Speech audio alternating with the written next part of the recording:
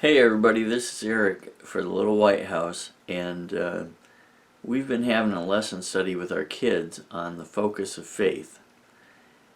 It's been on the issue, the woman with the issue of blood, and she touches the hem of Jesus' garment. In that study, it has really hit me here because faith is my big thing in the Bible. I know that there's a lot of aspects and a lot of things that you can study on, but faith is the one thing that always gets me. I'm going to read you a couple of things and I'll insert it right here. The golden opportunity had come. She was in the presence of the great physician, but amid the confusion she could not speak to him nor catch more than a passing glimpse of his figure. Fearful of losing her one chance of relief, she pressed forward, saying to herself, "If I may but touch his garment, I shall be whole." As he was passing, she reached forward and succeeded in barely touching the border of his garment. But in that moment she knew that she was healed. In that one touch was concentrated the faith of her life, and instantly her pain and feebleness gave place to the vigor of perfect health. With a grateful heart, she then tried to withdraw from the crowd, but suddenly Jesus stopped and the people halted with him. He turned and looking about asked, in a voice distinctly heard above the confusion of the multitude, "Who touched me?" The people answered this query with a look of amazement. Jostled upon all sides and rudely pressed hither and thither as he was, it seemed a strange inquiry. Peter, ever ready to speak, said, "Master, the multitude throng thee and press thee, and thou sayest, Who touched me? Jesus answered, Someone hath touched me, for I perceive that virtue is gone out of me." The Savior could distinguish the touch of faith from the casual contact of the careless throng. Such trust should not be passed without comment. He would speak to the humble woman words of comfort that would be to her a wellspring of joy, words that would be a blessing to his followers to the close of time. Looking toward the woman, Jesus insisted on knowing who had touched him. Finding concealment vain, she came forward trembling and cast herself at his feet. With grateful tears she told the story of her suffering and how she had found relief. Jesus gently said, "Daughter, be of good cheer. Thy faith hath made thee whole. Go in peace." He gave no opportunity for superstition to claim healing virtue for the mere act of touching his garment. It was not through the outward contact with him, but through the faith which took hold on his divine power that the cure was wrought. Many hold faith as an opinion. Saving faith is a transaction by which those who receive Christ join themselves in covenant relation with God. Genuine faith is life. A living faith means an increase of vigor, a confiding trust by which the soul becomes a conquering power. It is for our own benefit to keep every gift of God fresh in our memory. Thus faith is strengthened to claim and to receive more and more. There is greater encouragement for us in the least blessing we ourselves receive from God than in all the accounts we can read of the faith and experience of others. So I'm going to tell you my story, and then I want you to leave me your story in the comments section below, because that'll help keep it fresh in your mind. Back in 2008, we were Um, we were we believed, a friend of mine and I believed that we needed to take some people to the Denver, Colorado for a speaking engagement that they had. And in 2008, at that time, uh, I was helping with a ministry called Justified Walk, and we published the book His Robe or Mine. We had $200 between the two of us.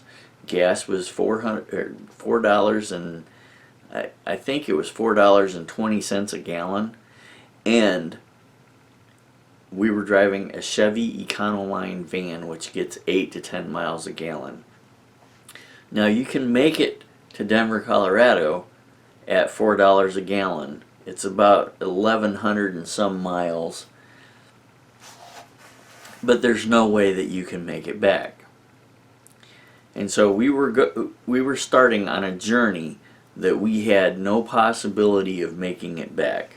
Well, we got, I don't know, I think it was about 100 miles from Denver, and realized that the brakes weren't working the best, and we thought that we had probably a leak in the brake line. And so when we got there, we checked, and sure enough, there was a problem with the brake line. And so we went to the local AutoZone or whatever, and we got some replacement and began fixing it in the corner of the church parking lot, knowing that that was the last money that we had. The person who was doing the lawn care and gardening there came over and asked us, what are you doing? Why are you here? And stuff like that, because it was the middle of the city and they were worried probably about their church and stuff. But as we talked, he came to understand why we were there and what we did. We published the book His Robe or Mine, and when he found out about the book His Robe or Mine, he was like, this is what I count as my born-on date, was the day I read that book, because I was born again that day. I understood what being born again really meant. And he came back a little while later with $500, and we went through the weekend and felt convicted that we needed to take these people further, because their final destination with us, where we could take them was Portland, Oregon, and that ended up being their final destination with us. When we came back, we stopped in Spokane, Washington, we stopped in Post Falls, Idaho, we stopped in Bonners Ferry, Idaho, and came back to Post Falls, and we had several what I call divine appointments. And then we went back to Denver and picked up my friend's daughter and her kids and brought them back to Michigan so that they could visit with the grandparents and have a few weeks where they had visitation and stuff. But when we pulled back in the driveway, my friend looked at me and he said, how much money did you have to start with? And I said, $100. And he said, well, here's your $100. And he took his $100. And by the time it was all said and done, I think we had like $3,000 or $4,000 for the ministry, and we had just taken an over 5,000 mile trip for free, simply because we did what we thought we were supposed to do, even though we didn't have the ability to do it. God blesses us when we do what's right, when we stay focused on doing what He would have us to do. It doesn't matter what corner of your life that is. It doesn't have to be a big thing like a 5,000 mile trip. But God has a promise. I can do all things through Christ who strengthens me. And He will help you to do all things. How focused is your faith? I want to hear about it. Anyway, that's my 2 cents for the day. If you enjoyed this video, give it a thumbs up. If you haven't subscribed to this channel before and you'd like to subscribe, we'd love to have you. Click on that notification bell so you can receive all of our videos. We do a variety of videos. And we also have a free link to a TubeBuddy tool in the description box below. And that TubeBuddy tool is also free. So go check them out. What else? I don't think there's anything else. Anyway, that's my 2 cents for the day. Thanks for watching. God bless, and see you next time.